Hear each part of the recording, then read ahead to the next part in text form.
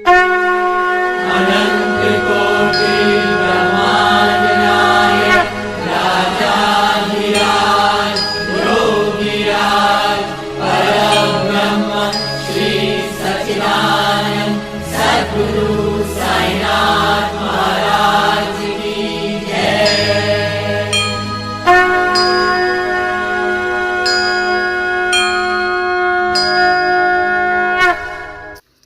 ओम श्री साईनाथाय नमः। आइए आज हम अध्याय 6 में जानते हैं रामनवमी उत्सव, मस्जिद का जीर्णोद्धार, गुरु के कर स्पर्श की महिमा, चंदन समारोह, उर्स और रामनवमी का समन्वय तथा मस्जिद का जीर्णोद्धार।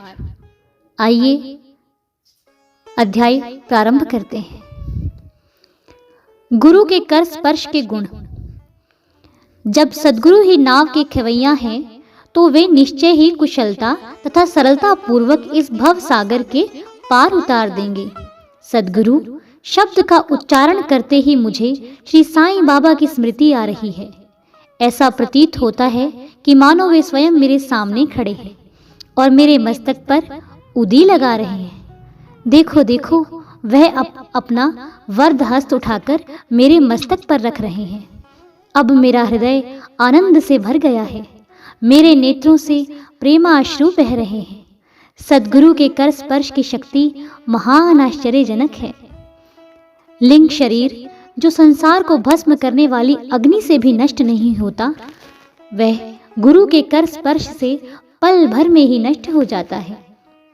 अनेक जन्मों के समस्त पाप नष्ट हो जाते हैं। ऐसे व्यक्ति जिन्हें धार्मिक और ईश्वरीय प्रसंगों में पूर्ण अरुचि है, उनके मन भी स्थिर हो जाते हैं। श्री साईं बाबा के मनोहर रूप के दर्शन कर कंठ प्रफुल्लता से रूंध जाता है, आंखों से अश्रुधारा प्रवाहित होने लगती है और जब हृदय भावों से भर जाता है तब सोहम भाव की जागृति होकर आत्म अनुभव के आनंद का आभास होने लगता है। मैं और तू का भेद नष्ट हो जाता है और तत्क्षण ही ब्रह्म के साथ अभिन्नता प्राप्त हो जाती है। जब मैं धार्मिक ग्रंथों का पठन करता हूँ तो क्षण क्षण में सद्गुरु की स्मृति हो आती है। बाबा राम या कृष्ण का रूप धारण कर मेरे सामने खड़े हो जाते हैं और स्वयं अपनी जीवन कथा मुझे सुनाने लगते हैं। अर्थात जब मैं भागवत का श्रवण करता हूँ तब बाबा श्री कृष्ण का रूप धारण कर लेते हैं और तब मुझे ऐसा प्रतीत होने लगता है कि वे ही भागवत या भक्तों के कल्याणार्थ उद्धव गीता सुना रहे हैं। जब कभी भी मैं किसी से वार्तालाप किया करता हूँ तो मैं बाबा की कथाओं को ध्यान में लाता हूँ, जिससे उनका उपयुक्त अर्थ समझाने में सफल हो सकूं। तब एक शब्द या वाक्य की रचना भी नहीं कर पाता हूँ, परंतु जब वे स्वयं कृपा कर मुझसे लिखवाने लगते हैं तब फिर उसका कोई अंत नहीं होता।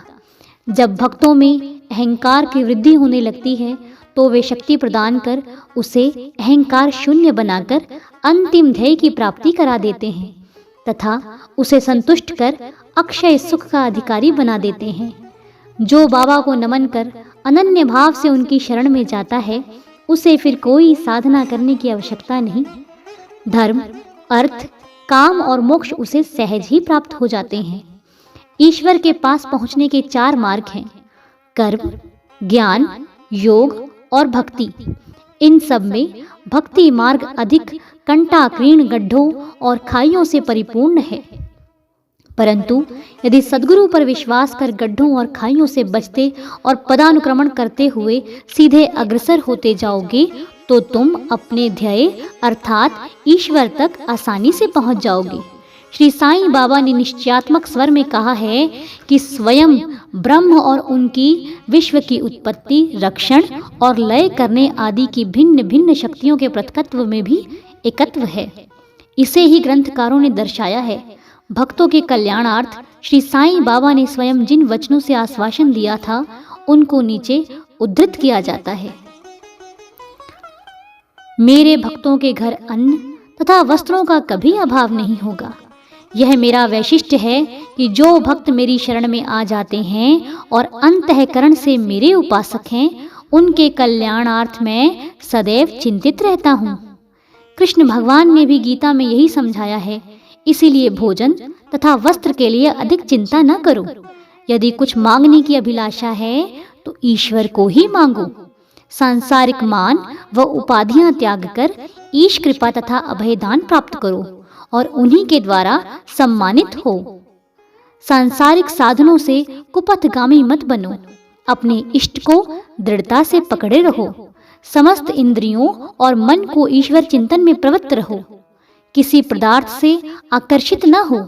सदैव मेरे स्मरण में मन को लगाए रखो ताकि वह देह, संपत्ति व ऐश्वर्य की ओर प्रवृत्त न हो। तब चित्त स्थिर, शांत व निर्भय हो जाएगा। इस प्रकार की मन स्थिति प्राप्त होना इस बात का प्रतीक है कि वह सुसंगति में है। यदि चित्त की चंचलता नष्ट न हुई तो उसे एकाग्र नहीं किया जा सकता। बाबा के उपयुक्त शब्दों को उद्धृत कर ग्रंथकार शिरडी के रामनवमी उत्सव का वर्णन करता है। शिरडी में मनाए जाने वाले उत्सवों में रामनवमी अधिक धूमधाम से मनाई जाती है। अतएव इस उत्सव का पूर्ण विवरण जैसा कि साईं लीला पत्रिका 1925 के पृष्ठ 197 पर प्रकाशित हुआ था, यहाँ संक्षेप में दिया जाता है। आइए कथा प्रारंभ करते हैं। कोपर गांव में श्री गोपाल राव गुंड नाम के एक इंस्पेक्टर थे। वे बाबा के परम भक्त थे। उनकी 3 स्त्रियां थीं, परंतु एक के भी संतान न थी। श्री साईं बाबा की कृपा से उन्हें एक पुत्र रतन की प्राप्ति हुई। इस हर्ष के उपलक्ष्य में सन 1897 में उन्हें विचार आया कि शिरडी में मेला अथवा उर्स भरवाना चाहिए। उन्होंने यह विचार शिरडी के अन्य भक्तों तात्या पाटिल, दादा कोते पाटिल और माधवराव के समक्ष विचारार्थ प्रकट किया। उन सभी को यह विचार अति रुचिकर प्रतीत हुआ तथा उन्हें बाबा की भी स्वीकृति और आश्वासन प्राप्त हो गया। उर्स भरने के लिए सरकारी आज्ञा आवश्यक थी, इसीलिए एक प्रार्थना पत्र कलेक्टर के पास भेजा गया, परंतु ग्राम कुलकर्णी के आपत्ति उठाने के कारण स्वीकृति प्राप्त न हो सकी। परंतु बाबा का आश्वासन तो प्राप्त हो ही चुका था, अतः पुनः प्रयत्न करने पर भी स्वीकृति प्राप्त हो गई। बाबा की अनुमति से रामनवमी के दिन उर्स भरना निश्चित हुआ। ऐसा प्रतीत होता है कि कुछ निष्कर्ष ध्यान में रखकर ही उन्होंने ऐसी आज्ञा दी, अर्थात उर्स व रामनवमी के उत्सवों का एकीकरण तथा हिंदू मुस्लिम एकता, जो भविष्य की घटनाओं से स्पष्ट है कि यह ध्येय पूर्ण सफल हुआ। प्रथम बाधा तो किसी प्रकार हल हुई। अब द्वितीय कठिनाई जल के अभाव की उपस्थित हुई। शिरडी तो एक छोटा सा ग्राम था और पूर्व काल से ही वहां जल का अभाव बना रहता था। गांव में केवल 2 कुएं थे, जिनमें से एक तो प्राय सूख जाया करता था और दूसरे का पानी खारा था। बाबा ने उसमें फूल डालकर उसके खारे जल को मीठा बना दिया, लेकिन एक कुएं का जल कितने लोगों को पर्याप्त हो सकता था। इसीलिए तात्या पाटिल ने बाहर से जल मंगवाने का प्रबंध किया। लकड़ी व बांसों की कच्ची दुकानें बनाई गईं तथा कुश्तियों का भी आयोजन किया गया। गोपाल राव गुंड के एक मित्र दामू अन्ना कासार अहमदनगर में रहते थे। वे भी संतानहीन होने के कारण दुखी थे। श्री साईं बाबा की कृपा से उन्हें भी एक पुत्र रतन की प्राप्ति हुई थी। श्री गुंड ने उनसे एक ध्वज देने को कहा। एक ध्वज जागीरदार श्री नाना साहब निमोणकर ने भी दिया। ये दोनों ध्वज बड़े समारोह के साथ गांव से निकाले गए और अंत में उन्हें मस्जिद, जिसे बाबा द्वारिका माई के नाम से पुकारते थे, उसके कोनों पर फहरा दिया गया। यह कार्यक्रम अभी भी पूर्वतः ही चल रहा है। चंदन समारोह। इस मेले में एक अन्य कार्यक्रम का भी श्री गणेश हुआ, जो चंदनों उत्सव के नाम से प्रसिद्ध है। यह कोरहल के एक मुस्लिम भक्त श्री अमीर शक्कर दलाल के मस्तिष्क की सूझ थी। प्राय इस प्रकार का उत्सव सिद्ध मुस्लिम संतों के सम्मान में ही किया जाता है। बहुत सा चंदन घिसकर और बहुत सी चंदन धूप थालियों में भरी जाती है तथा लोबान जलाते हैं और अंत में उन्हें मस्जिद में पहुंचाकर जुलूस समाप्त हो जाता है। थालियों का चंदन और धूप नीम पर और मस्जिद की दीवारों पर डाल दिया जाता है। इस उत्सव का प्रबंध प्रथम 3 वर्षों तक श्री अमीर शक्कर ने किया। और उसके पश्चात उनकी धर्मपत्नी ने किया। इस प्रकार हिंदुओं द्वारा ध्वज व मुसलमानों के द्वारा चंदन का जुलूस एक साथ चलने लगा और अभी तक उसी तरह चल रहा है। प्रबंध। रामनवमी का दिन श्री साईं बाबा के भक्तों को अत्यंत ही प्रिय और पवित्र है। कार्य करने के लिए बहुत से स्वयं सेवक तैयार हो जाते थे और वे मेले के प्रबंध में सक्रिय भाग लेते थे। बाहर के समस्त कार्यों का भार तात्या पाटिल और भीतर के कार्यों को श्री साईं बाबा की एक परम भक्त महिला राधा कृष्ण माई संभालती थी। इस अवसर पर उनका निवास स्थान अतिथियों से परिपूर्ण रहता और उन्हें सब लोगों की आवश्यकताओं का भी ध्यान रखना पड़ता था। साथ ही वे मेले की समस्त आवश्यक वस्तुओं का भी प्रबंध करती थी। दूसरा कार्य जो वे स्वयं खुशी से किया करती थी वह था मस्जिद की सफाई करना, चूना पोतना आदि। मस्जिद की फर्श तथा दीवारें निरंतर धूनी जलने के कारण काली पड़ गई थी। जब रात्रि को बाबा चावड़ी में विश्राम करने चले जाते तब वे वहां कार्य कर लिया करती थीं। समस्त वस्तुएं धूनी सहित बाहर निकालनी पड़ती थी और सफाई व पोताई हो जाने के पश्चात पूर्वतः सजा दी जाती थी। बाबा का अत्यंत प्रिय कार्य गरीबों को भोजन कराना भी इस कार्यक्रम का एक अंग था। इस कार्य के लिए वृहद भोज का आयोजन किया जाता था और अनेक प्रकार की मिठाइयाँ बनाई जाती थीं। यह सब कार्य राधा कृष्ण माई के निवास स्थान पर ही होता था। बहुत से धनाढ्य व श्रीमंत भक्त इस कार्य में आर्थिक सहायता पहुंचाते थे। उर्स का रामनवमी के त्योहार में समन्वय। सब कार्यक्रम इसी तरह उत्तम प्रकार से चलता रहा और मेले का महत्व शनैः शनैः बढ़ता ही गया। सन 1911 में एक परिवर्तन हुआ। एक भक्त कृष्णराव जोगेश्वर श्री साईं सगुणोपासना के लेखक अमरावती के दादा साहेब खापर्डे के साथ मेले के एक दिन पूर्व शिरडी के दीक्षितवाड़ा में ठहरे। जब वे दालान में लेटे हुए विश्राम कर रहे थे तब उन्हें एक कल्पना सूझी। इसी समय श्री लक्ष्मण राव उपनाम काका महाजनी पूजन सामग्री लेकर मस्जिद की ओर जा रहे थे। उन दोनों में विचार विनिमय होने लगा और उन्होंने सोचा कि शिरडी में उर्स व मेला ठीक रामनवमी के दिन ही भरता है। इसमें अवश्य ही कोई गूढ़ रहस्य निहित है। रामनवमी का दिन हिंदुओं को बहुत ही प्रिय है।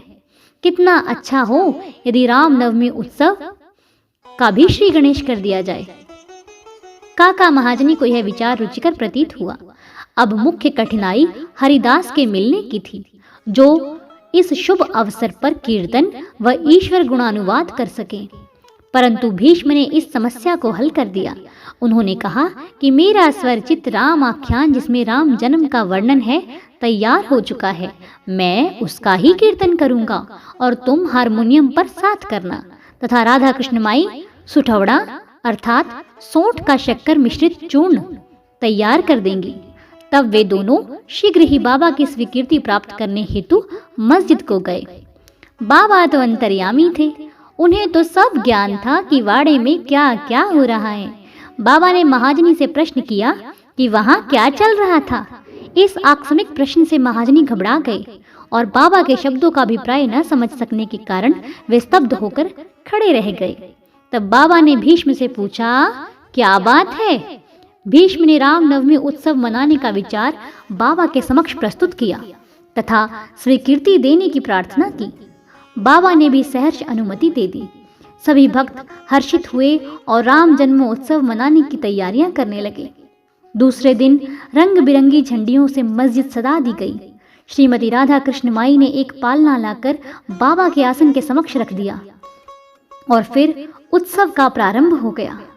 भीष्म कीर्तन करने को खड़े हो गए और महाजनी हारमोनियम पर उनका साथ करने लगे।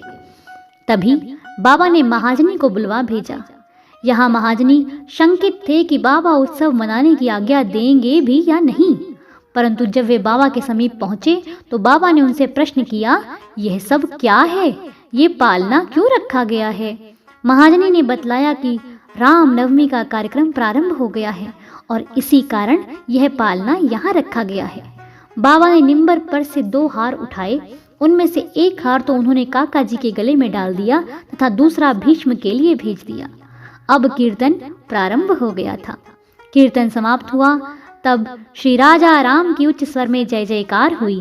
कीर्तन के स्थान पर गुलाल की वर्षा की गई। जब हर कोई प्रसन्नता से झूम रहा था, तब अचानक ही एक गरजती हुई ध्वनि उनके कानों में पड़ी। वस्तुतः जिस समय गुलाल की वर्षा हो रही थी, उसके कुछ कण अनायास ही बाबा की आंख में चले गए। तब बाबा एकदम से क्रुद्ध होकर उच्च स्वर में अपशब्द व कोसने लगे। यह दृश्य देखकर सब लोग भयभीत होकर सिटपिटाने लगे। बाबा के स्वभाव से भली भांति परिचित अंतरंग भक्त भला इन शब्दों का कब बुरा मानने वाले थे। बाबा के इन शब्दों तथा वाक्यों को उन्होंने आशीर्वाद समझा। उन्होंने सोचा कि आज राम का जन्मदिन है, अतः रावण का नाश, अहंकार एवं दुष्ट प्रवृत्ति रूपी राक्षसों के संहार के लिए बाबा को क्रोध उत्पन्न होना सर्वथा उचित ही है। इसके साथ साथ उन्हें यह विदित था कि जब भी कभी शिरडी में कोई नवीन कार्यक्रम रचा जाता था, बाबा इसी प्रकार कुपित हो जाया ही करते थे। इसीलिए वे स्तब्ध ही रहे। इधर राधा कृष्ण माई भी भयभीत थी कि कहीं बाबा पालना ना तोड़ फोड़ डालें।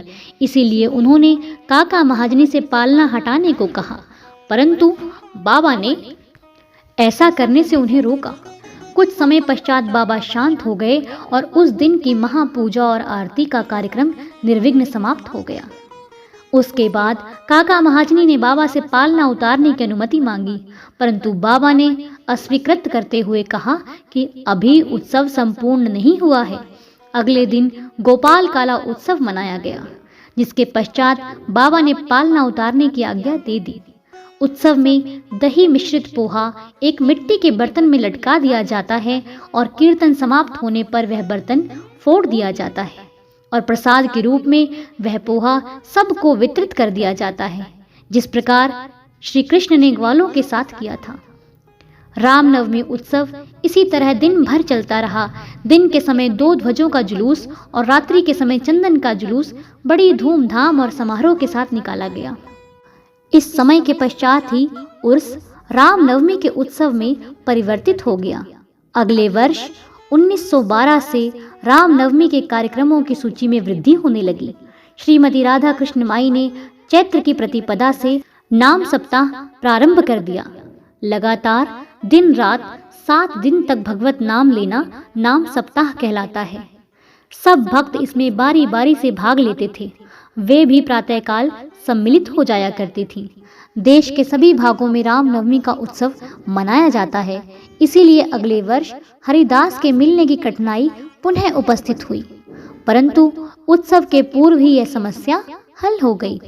5-6 दिन पूर्व श्री महाजनी की बाला बुआ से अकस्मात भेंट हो गई। बुआ साहेब आधुनिक तुकाराम के नाम से प्रसिद्ध थे और इस वर्ष का कीर्तन का कार्य उन्हें ही सौंपा गया। अगले वर्ष सन 1913 में श्री हरिदास वृहद सिद्ध कवटे गांव में प्लेग का प्रकोप होने के कारण अपने गांव में हरिदास का कार्य नहीं कर सकते थे। इस वर्ष वे शिरडी में आए। काका साहेब दीक्षित ने उनके कीर्तन के लिए बाबा से अनुमति प्राप्त की। बाबा ने भी यथेष्ट पुरस्कार दिया। सन 1914 से हरिदास की कठिनाई बाबा ने सदैव के लिए हल कर दी। उन्होंने यह कार्य स्थायी रूप से दास गणु महाराज को सौंप दिया। तब से वे इस कार्य को उत्तम रीति से सफलता और विद्वता पूर्वक पूर्ण लगन से निभाते रहे। सन 1912 से उत्सव के अवसर पर लोगों की संख्या में उत्तरोत्तर वृद्धि होने लगी। चैत्र शुक्ल अष्टमी से द्वादशी तक शिरडी में लोगों की संख्या में इतनी अधिक वृद्धि हो जाया करती थी मानो मधुमक्खी का छत्ता ही लगा हो। दुकानों की संख्या में भी वृद्धि हो गई। प्रसिद्ध पहलवानों की कुश्तियां होने लगी। गरीबों को वृहद स्तर पर भोजन कराया जाने लगा। राधा कृष्ण माई के घोर परिश्रम के फलस्वरूप शिरडी को संस्थान का रूप मिला। संपत्ति भी दिन प्रतिदिन बढ़ने लगी।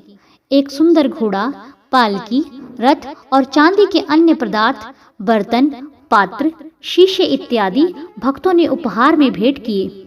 उत्सव के अवसर पर हाथी भी बुलाया जाता था। यद्यपि संपत्ति बहुत बढ़ी, परंतु बाबा ने उन सब से सदा निरपेक्ष ही रहते थे। वे सदैव उसे उपेक्षा की दृष्टि से देखते और सदैव की भांति ही साधारण वेशभूषा धारण करते थे। यह ध्यान देने योग्य है कि जुलूस तथा उत्सव में हिंदू और मुसलमान दोनों ही साथ साथ कार्य करते थे, परंतु आज तक न उसमें कोई विवाद हुआ और न ही मतभेद ही। पहले पहल तो लोगों की संख्या 5 से 7 हजार के लगभग ही होती थी, परंतु किसी किसी वर्ष तो यह संख्या 75 हजार तक पहुंच जाती थी। फिर भी ना कभी कोई बीमारी फैली और ना ही कोई दंगा हुआ। आइए जानते हैं मस्जिद का जीर्णोद्धार कैसे हुआ। जिस प्रकार उर्स या मेला भराने का विचार प्रथमतः श्री गोपाल गुंड को आया था, उसी प्रकार मस्जिद के जीर्णोद्धार का विचार भी प्रथमतः उन्हें ही आया। उन्होंने इस कार्य के निमित्त पत्थर एकत्रित कर उन्हें वर्गाकार करवाया, परंतु इस कार्य का श्रेय उन्हें प्राप्त नहीं होना था। वह सुयश तो नाना साहेब चांदोरकर के लिए सुरक्षित था और फर्श का कार्य काका साहेब दीक्षित के लिए। प्रारंभ में बाबा ने इन कार्यों के लिए स्वीकृति नहीं दी, परंतु स्थानीय भक्त महालसापति के आग्रह करने से बाबा की स्वीकृति प्राप्त हो गई और एक रात में ही मस्जिद का पूरा फर्श बन गया। अभी तक बाबा एक टाट के टुकड़े पर ही बैठते थे, अब उस टाट के टुकड़े को वहां से हटाकर उसके स्थान पर एक छोटी सी गादी बिछा दी गई। सन 1911 में सभा मंडप भी घोर परिश्रम के उपरांत ठीक हो गया। मस्जिद का आंगन बहुत छोटा तथा असुविधाजनक था। काका साहेब दीक्षित आंगन को बढ़ाकर उसके ऊपर छप्पर बनवाना चाहते थे। यथेष्ट द्रव्य राशि व्यय कर उन्होंने लोहे के खंभे, बल्लियां व कैंचियां मोल ले ली और कार्य भी प्रारंभ हो गया। दिन रात परिश्रम कर भक्तों ने लोहे के खंभे जमीन में गाड़े। जब दूसरे दिन बाबा चावड़ी से लौटे, उन्होंने उन खंभों को उखाड़ कर फेंक दिया और अति क्रोधित हो गए। वे एक हाथ से खंभा पकड़कर उसे उखाड़ने लगे और दूसरे हाथ से उन्होंने तात्या का साफा उतार लिया और उसमें आग लगाकर गड्ढे में फेंक दिया। बाबा के नेत्र जलते हुए अंगारे के सदृश लाल हो गए।